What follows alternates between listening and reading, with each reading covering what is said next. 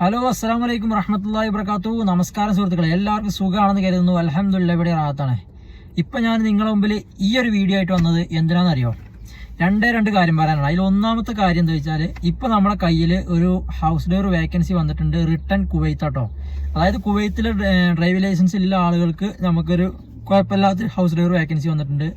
നിങ്ങൾ പറയുന്ന ശമ്പളം നമ്മൾ വാങ്ങിത്തരും. ഓക്കെ, അങ്ങനെയാണ് പരിപാടി.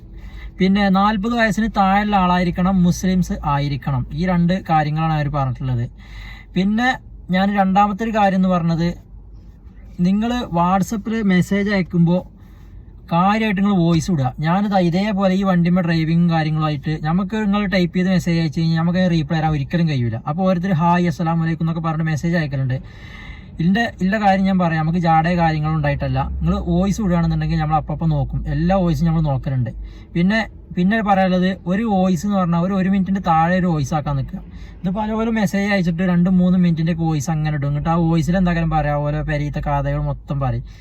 നമ്മളെ കൊണ്ട് ഒന്നും ചെയ്യാൻ കഴിയില്ല. നമുക്ക് ഒരാൾക്ക് ഇപ്പോൾ ഇനി ഇവർ എത്ര ആൾ കണ്ടാലും ഒരാൾക്ക് നമുക്ക് ഒരു വിസ കൊടുക്കാൻ കഴിയുള്ളൂ, ഒറ്റ ആൾക്ക്.